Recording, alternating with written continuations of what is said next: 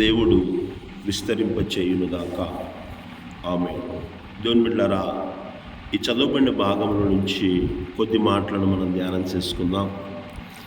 ఈ యొక్క ఆమోసు గ్రంథము 8వ అధ్యాయంలో గడిచిన నిన్నటి దినాన దీని యొక్క ప్రాముఖ్యత ఏమిటి, దీనిలో దేవుడు ఏం చేయబోతున్నాడు అనే విషయాలను, దేవుని యొక్క తీర్పుకు సాదృశ్యంగా ఇది రాయబడినట్లు మనం చూస్తూ ఉన్నాం. దేవుని బిడ్డలారా, ఈ మొదటి వచనాన్ని మనం చూసినట్లయితే మరియు ప్రభు అయిన యెహోవా దర్శన రీతిగా వేసవి కాలపు పండ్లు గంప ఒకటి నాకు కనుపరిచి. దేవుని బిడ్డలారా, ఆమోసు తెలియజేస్తున్న మాటలను మనం గమనించినట్లయితే దేవుడు వేసవి కాలపు పండ్ల గంప ఒకటి నాకు కనుపరిచి అంటున్నాడు. గమనించిన దేవుని బిడ్డలారా, దేవుడు తన సేవకులకు తను చేయబోయే దానిని తెలియపరుస్తాడు. తన సేవకులకు దేవుడు తన ఉద్దేశాలను తెలియజేస్తాడు అనే విషయం గురించి ఇక్కడ రాయబడతా ఉంది. దేవుడు ఆమోసు అంటున్నాడు, నాకు కనుపరిచి అంటున్నాడు. ఆమోసు దేవుని సేవకుడు. దేవుడు ఆమోసుకి దర్శన రీతిగా చూపిస్తూ ఉన్నాడు. తనేం చేయబోతున్నాడో ఆ యొక్క ఉద్దేశాలను దేవుని సేవకులకు దేవుడు తన ఉద్దేశాలను, తను చేయబోతున్న కార్యాలను తెలియపరుస్తాడు. దేవుని బిడ్డలను గమనించండి. ఉదయకాల సమయంలో ఇక్కడ వేసవి కాలపు పండ్ల గంప అంటున్నాడు. అంటే పండ్లు పరిపక్వతను సూచిస్తుంది. అంటే ఇశ్రాయేలు యొక్క పాపము పరాకాష్ఠకు చేరింది అని దేవుడు తెలియపరుస్తూ ఉన్నాడు. కనుక అవశ్యముగా వారి మీదకి దేవుని తీర్పు వస్తుంది అని ఆమోసు ద్వారా దేవుడు తెలియజేస్తూ ఉన్నాడు. అదేవిధంగా దేవుడు హెచ్చరిక ఇచ్చే దేవుడైనా, ఏదైనా చేసేటప్పుడు దేవుడు అకస్మాత్తుగా ఆయన చేయడు, కానీ ముందుగానే వాక్యం ద్వారా కావచ్చు, సేవకుల ద్వారా కావచ్చు, ఆయన మెల్లని స్వరము ద్వారా కావచ్చు, కొన్ని హెచ్చరికలు చేసిన తర్వాతే దేవుడు వారి మీదకి శిక్ష తీసుకొస్తాడనే విషయాన్ని గుర్తుంచుకోవాలి. దేవుడు చేస్తున్న హెచ్చరికలను చులకనగా చూడకూడదు, తేలికగా చూడకూడదు. దేవుని బిడ్డలారా గమనించండి. నేటి కాలంలో లోకంలో మనుషులు చేసే హెచ్చరికలను, అధికారులు చేసే హెచ్చరికలను మనం ఎంతో జాగ్రత్తగా వింటాము, వాటిని అనుసరిస్తాము, వాటిని సరి చేసుకుంటాము. కానీ దేవుని బిడ్డలారా, వాటన్నిటికంటే ముఖ్యంగా దేవుడు మనల్ని హెచ్చరిక చేస్తున్నప్పుడు ఆ హెచ్చరికలను మనం తేలికగా తీసుకోకుండా వాటిని జాగ్రత్తగా పాటించే వ్యక్తులుగా మనం ఉండాలి. అలా ఉన్నప్పుడు నిశ్చయంగా దేవుడు కలగబోతున్న అపాయాల్లో నుంచి దేవుడు మనల్ని కాపాడేవాడిగా ఉంటున్నాడు. దేవుని బిడ్డలను గమనించండి. అలాగే మనం గమనించినట్లయితే ఈ భాగంలో ప్రతి అవకాశానికి గడువు ఉంటుంది. దేవుడు అవకాశం ఇస్తాడు. వెంటనే ఆయన శిక్షను తీసుకొచ్చే వ్యక్తి కాదు ఆయన. దేవుడు ఎక్కడైనా ఆయన గురించి రాయబడింది కనికరము గల దేవుడు, కృపచూపువాడు, దయచూపువాడు అని బైబిల్ మనకు తెలియజేయబడుతుంది. కనుక ప్రతి అవకాశానికి గడువు ఉంటుంది. ప్రతి అవకాశం ఇస్తూ ఉంటాడు దేవుడు. దేవుని ప్రజలారా గమనించండి. ఈ అవకాశంలో ఎందుకు ఇస్తున్నాడంటే, దేవుని బిడ్డలారా, మనం దేవుని వైపు తిరగాలని ఆయన ఆలోచన. కనుక ఈ ఉదయకాల సమయంలో గమనించండి. దేవుడు ఎందుకు హెచ్చరిక చేస్తాడంటే మనం నాశనం అవ్వాలని కాదు, కానీ మనం తప్పించబడాలని ఉద్దేశంతోనే దేవుడు హెచ్చరిక చేస్తూ ఉంటాడు. కనుక ఈ ఉదయకాల సమయంలో మనం గుర్తుంచుకోవాలి. దేవుని వాక్యాన్ని మనం గమనించినట్లయితే ఆమోసు అంటున్నాడు, వేసవి కాలపు పండ్ల గంప ఒకటి నాకు కనుపరిచి అని అంటున్నాడు. దేవుని బిడ్డలారా గమనించండి. ఉదయకాల సమయంలో దేవుడు తాను ఏం చేయబోతున్నాడో తను ఎలా మరి తన కార్యాలేంటో తన సేవకులకు తెలియజేస్తాడు అనే విషయాన్ని మనం గుర్తుంచుకోవాలి. ఉదయకాల సమయంలో దేవుడు తన ఉద్దేశాలను తన సేవకులకు తెలియచేస్తాడు. బైబిల్ గ్రంథంలో మనం చూసినట్లయితే నోవాహు కాలంలో నోవాహుతో దేవుడు మాట్లాడుతున్నాడు. ప్రజలందరూ కూడా దారి తప్పిపోయారు, ఇష్టానుసారమైన మార్గాల్లో జీవిస్తూ ఉన్నారు, ఇష్టానుసారమైన జీవితాలు జీవిస్తూ ఉన్నాడు. దేవుడు ఆకాశము నుండి మరి నరులను చూసినప్పుడు వివేకము కలిగి దేవునిని వెతుకువారు కలరేమోనని ఆయన ఆకాశం నుండి నరులను పరిశీలన చేసినప్పుడు అందరూ కూడా దారి తప్పిపోయారంట. అందరూ కూడా దేవునికి ఆయాసకరమైన మార్గాల్లో జీవిస్తూ ఉన్నాడు. అప్పుడు దేవుడు అనుకుంటున్నాడు, ఈ ప్రజల్ని నేను ఎందుకు సృష్టించాను అనుకొని సంతాపపడుతూ ఉన్నాడు. ఆ సమయంలో యెహోవా దృష్టి యందు నోవాహు అనే వ్యక్తి దయ పొందుకున్నట్లు మనం చూస్తూ ఉన్నాం. దేవుని బిడ్డలారా గమనించండి, నోవాహుతో దేవుడు మాట్లాడుతున్నాడు. నోవాహు, ఈ ప్రజలందరినీ, ఈ తరము వారిలో నీవే నీతిమంతుడుగా నాకు కనబడ్డావు. దేవుడు మనుషులను పరిశీలన చేస్తాడు, మన క్రియలను గమనిస్తాడు. ఆయన మనం ఎలా ఉంటున్నాము, ఎలా నడుచుకుంటున్నాము, మన ఇంట్లోకి మన మీద దృష్టి ఉందో లేదో, కానీ దేవునికి మాత్రము ప్రతి ఒక్కరి మీద దృష్టి ఉంది. ప్రతి ఒక్కరిని గమనిస్తాడు ఆయన, ప్రతి ఒక్కరిని ఆయన పరిశీలన చేస్తాడు. ఎలా నువ్వు నడుచుకుంటున్నావో, ఎలా నువ్వు మాట్లాడుతున్నావో, ఎలా నీ క్రియలు ఉంటున్నాయో ఇవన్నీ కూడా దేవుడు గమనిస్తాడండి. నోవాహును గమనించాడు దేవుడు. నోవాహు భక్తి కలిగిన వాడిగా, నీతిమంతుడుగా, నిందారహితుడిగా ఉన్నాడు. నోవాహుతో మాట్లాడుతున్నాడు, ఈ ప్రజలందరినీ నేను తుడిచివేయాలనుకుంటున్నాను, ఈ ప్రజలను ఎందుకు సృష్టించాను, నేను సంతాపపడుతున్నాను. కనుక నోవాహు, ఈ ప్రజలందరినీ నేను జలప్రళయము ద్వారా తుడిచివేయాలనుకుంటున్నా, కనుక నీ కొరకు, నీ కుటుంబం కొరకు ఒక ఓడను కట్టుకో అని చెప్పేసి దేవుడు తెలియపరుస్తూ ఉన్నాడు. తానేం చేయబోతున్నాడో దేవుడు నోవాహుకు తెలియజేశాడు. ఈ ఉదయకాల సమయంలో వాక్యం వినుచున్న నా ప్రియమైన దేవుని బిడ్డలారా, దేవుడు నోవాహుకు తెలియజేయడమే కాకుండా నోవాహు ద్వారా ఆనాటి కాల ప్రజలను కూడా దేవుడు హెచ్చరిక చేశాడు. ఆత్మరూపిగా వెళ్ళి అవిధేయులైన వారికి హెచ్చరిక చేశాడని పేతురు రాసిన మొదటి పత్రిక 3వ అధ్యాయం 19-20 వచనాలు మనం చూసినట్లయితే అక్కడ దేవుడు ఆత్మరూపిగా నోవాహు ద్వారా తను ఏం చేయబోతున్నాడో అవన్నీ తెలియపరిచినా కానీ ప్రజలు దేవుడి హెచ్చరికను లెక్క చేయలేదండి, దేవుడి హెచ్చరికను పట్టించుకోలేదండి. ఈ ఉదయకాల సమయంలో వాక్యం వినిచిన నా ప్రియమైన దేవుని బిడ్డలారా, దేవుడు హెచ్చరిక చేస్తున్నప్పుడు దానిని చులకనగా, తేలికగా చూస్తున్నావేమో. ఆనాటి నోవాహు కాలంలో ప్రజలు కూడా అలాగే చూశారు.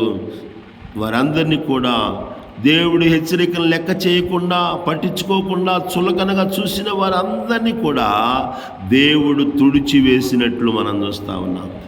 ఈ ఉదయకాల సమయంలో దేవుని బిడ్డలారా, బైబిల్ గ్రంథంలో నుంచి మనం చూసినట్లయితే అబ్రహాముతో కూడా దేవుడు మాట్లాడుతూ ఉన్నాడు. అబ్రహాము నా స్నేహితుడు, అబ్రహాముకి నేను చేయబోయేదాన్ని చెప్పకుండా ఉండేదనా అని దేవుడు మాట్లాడుతూ తాను ఏం చేయబోతున్నాడో, సొదొమ గొమొర్రా పట్టణాల విషయంలో దేవుడు ఏం చేయబోతున్నాడో అది అబ్రహాముకు తెలియపరుస్తూ ఉన్నాడు. అబ్రహామా, సొదొమ గొమొర్రా పట్టణములు బహు భయంకరమైన పాపపు స్థితిలో ఉన్నాయి, వాటిని గురించిన మొర్ర నా సన్నిధికి చేరింది, కనుక నేను దిగి వచ్చి వాటిని చూసి ఆ ప్రాంతములు నేను నాశనం చేయబోతున్నాను, ఆ ప్రాంతానంతటిని కూడా నేను నాశనం చేయబోతున్నానని దేవుడు అబ్రహాముతో చెబుతా ఉన్నాడు. నా ప్రియమైన దేవుని బిడ్డలారా, దేవదూతలను ఆ ప్రాంతానికి దేవుడు సొదొమ గొమొర్రా ప్రాంతాలకు పంపించినా కానీ వాళ్ళని లెక్క చేయకుండా, వారికి భయపడకుండా ప్రజలు ఘోరమైన కార్యాలు చేయడానికి పూనుకుంటున్నారు. దేవుని బిడ్డలారా, ఆ ప్రాంతం మీదకి ఏం చేయబోతున్నానో అది అబ్రహాముకు దేవుడు తెలియపరిచాడండి. సొదొమ గొమొర్రా మీదకి అగ్ని గంధకములను కుమ్మరించబోతున్నా, ఆ ప్రాంతాన్ని నేను నాశనం చేయబోతున్నానని దేవుడు అబ్రహాముకు చెప్పినప్పుడు, మంచి పని చేస్తున్నావు ప్రభువా, నువ్వు ఆ పట్టణానికి రావాల్సిందే ఆ గతి, ఆ ప్రజలకు కలగాల్సింది అటువంటి పరిస్థితి అనుకొని అబ్రహాము చెప్పలేదు. కానీ ఆ పాడవబోతున్న, నాశనం కాబోతున్న, దేవుని ఉగ్రతకి గురి కాబోతున్న ఆ పట్టణం విషయమై దేవుని సన్నిధిలో నిలవబడి ప్రార్థన చేస్తా ఉన్నాడు. ప్రభు ఆ పట్టణాన్ని కాపాడయ్యా, ఆ పట్టణాన్ని రక్షించయ్యా అని అబ్రహాము సొదొమ గొమొర్రా కొరకు ప్రార్థన చేస్తున్నాడు. పాపయుక్తమైన ప్రాంతమేది, దేవునికి ఆయాసకరంగా జీవించే ప్రాంతమేది. అయినా కానీ ఆ ప్రజలు నశించిపోకూడదనే ఒక మంచి మనస్సు అబ్రహాముకి ఉంది కనుక అబ్రహాము ఆ ప్రజల కొరకు ప్రార్థన చేస్తూ ఉన్నాడు. దేవుని ప్రజలారా, ఈ ఉదయకాల సమయంలో కనీసం మన ఇంట్లో మరి దేవునికి ఆయాసకరంగా జీవిస్తున్న వ్యక్తులు ఉన్న ఎంతోమంది ఉండవచ్చు. అలాంటి వారికి నువ్వు ప్రార్థన చేస్తున్నావా? కనీసం నీ ఇంటి వారి కొరకైనా ప్రార్థన చేస్తున్నావా? కనీసం నీ సంఘస్థుల కొరకైనా ప్రార్థన చేస్తున్నావా? కనీసం నీ గ్రామంలో నీ చుట్టుపక్కల ఉన్న ప్రజల కొరకైనా, వారి రక్షణ కొరకైనా దేవుని సన్నిధిలో ప్రార్థించే అనుభవం నీ జీవితంలో ఉందా? ఒకసారి పరిశీలన చేసుకోవాలి. అబ్రహాము ప్రార్థన చేస్తున్నాడండి. బైబిల్ గ్రంథంలో మనం చూసినట్లయితే దేవుని బిడ్డలారా, దేవుడు యోనా ద్వారా నినివే పట్టణానికి హెచ్చరిక చేస్తూ ఉన్నాడు. నినివే పట్టణాన్ని, ఎందుకంటే మనము మన క్రియలను మార్చుకోవాలని, దేవునికి వైపు తిరగాలని, దేవునికి ఇష్టంగా జీవించాలని, దేవుని ఆశీర్వాదాలు పొందుకోవాలని, దేవుని శిక్షకు మనము తప్పించుకోవాలని ఉద్దేశంతోనే దేవుడు తన సేవకులను పంపి సేవకుల ద్వారా హెచ్చరిక చేస్తూ ఉంటాడు. దేవుని ప్రజలారా, నినివే ప్రజలు ఘోరమైన ప్రజలు, ప్రజలు భయంకరమైన పాపంలో ఉన్న ప్రజలు. ఆ ప్రజల మీదకి శిక్ష రావాలని కోరుకున్నవాడు యోనా. ఆ ప్రజలు నాశనం అయిపోవాలి, ఆ ప్రజలు దేవుని ఉగ్రత పాలవ్వాలి అని చెప్పి ఆలోచన కలిగి ఉన్నవాడు యోనా.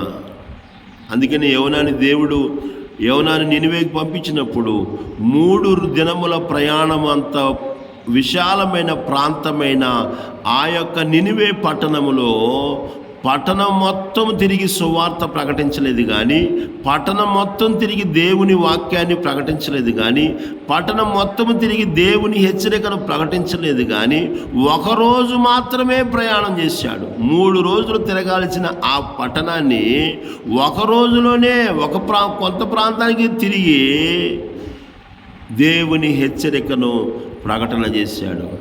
నా ప్రియమైన దేవుని బిడ్డలారా, ఈ ఉదయకాల సమయంలో దేవుడు హెచ్చరిక చేస్తున్నాడంటే నిన్ను నిర్మూలన చేయాలని కాదు, నిన్ను నాశనం చేయాలని కాదు, నీకు దేవుని యొక్క ఉగ్రత పాలు కావాలని కాదు, దాని నుండి తప్పించుకోవాలని మెలకువ కలిగి నీ జీవితంలో పశ్చాత్తాపపడి దేవుని వైపు తిరగాలనే ఉద్దేశంతోనే దేవుడు నీకు సేవకుల ద్వారా హెచ్చరిక చేస్తూ ఉంటాడు. ఆయన దేవుడు ఎన్ని రకాలుగా హెచ్చరిక చేసినా, దేవుడు ఎన్ని రకాలుగా మరి మనకి సేవకుల ద్వారా మాట్లాడుతున్నా కానీ ఇంకనూ కూడా నీ జీవితము పశ్చాత్తాపం లేకుండా, ప్రభు వైపు తిరగకుండా ఇష్టానుసారంగా జీవించినట్లయితే నిశ్చయముగా దేవుని ఉగ్రతకు మనము పాలు కావలసిన వారమై ఉంటామనే విషయాన్ని మనందరం కూడా గమనించవలసిన వారమై ఉన్నాము.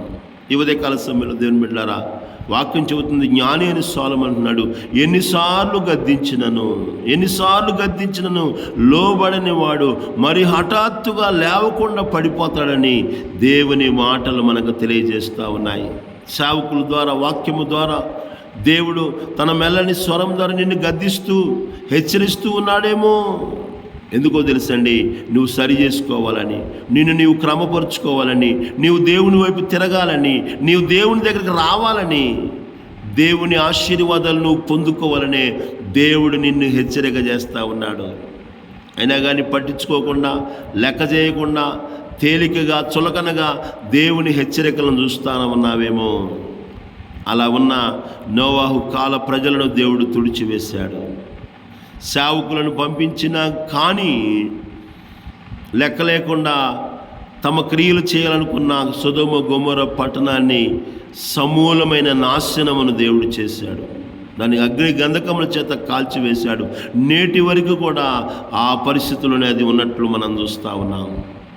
అదేవిధముగా యోనా హెచ్చరికలను తేలికగా కాకుండా, చులకనగా కాకుండా, లెక్కలేనితనంగా కాకుండా ఆ హెచ్చరికను భయముతో, భక్తితో, విశ్వాసముతో దాన్ని తీసుకొని వారి జీవితాలను క్రమపరుచుకొని దేవుని వైపు తిరిగి దేవుని మేలులు పొందుకున్న మరి నినివే ప్రజలను మనం చూస్తూ ఉన్నాం. వారు దేవుని వైపు తిరిగారు. ఏమండి దేవుని బిడ్డలారా, యోనా మాటలను విశ్వసించారు. వాళ్ళు దైవజనుడి ద్వారా దేవుడు పలికించిన మాటలను విశ్వసించారు. అందుకనే వారి క్రియలను సరి చేసుకున్నారు, తమ నడతలను సరి చేసుకున్నారు, తమ జీవితాలను బాగు చేసుకున్నారు, దేవుని వైపు తిరిగి పశ్చాత్తాపపడ్డారు. అందుకని దేవుడు అంటున్నాడు, ఆ పట్టణాన్ని కాపాడినట్లు మనం చూస్తూ ఉన్నాం. నా ప్రియమైన దేవుని బిడ్డలారా, ఈ ఉదయకాల సమయంలో దేవుడు తన ఉద్దేశాలను సేవకులకు తెలియపరుస్తాడు. తనేం చేయబోతున్నాడో అవి సేవకుల ద్వారా మనకి తెలియపరుస్తున్నప్పుడు మన జీవితాలను సరి చేసుకొని దేవుని వైపు తిరిగి దేవునిలో నమ్మకంగా ఉంటూ దేవుని ద్వారా కలిగే గొప్ప ఆశీర్వాదాలను పొందుకునే కృపను, ధన్యతను ప్రభు ప్రతి బిడ్డకు దయచేయునుగాక. దేవుడి కొద్ది మాటలు మనందరి వినికిడిలో దీవించి ఆశీర్వదించునుగాక. ఆమేన్, ఆమేన్. ప్రార్థన చేసుకుందామండి.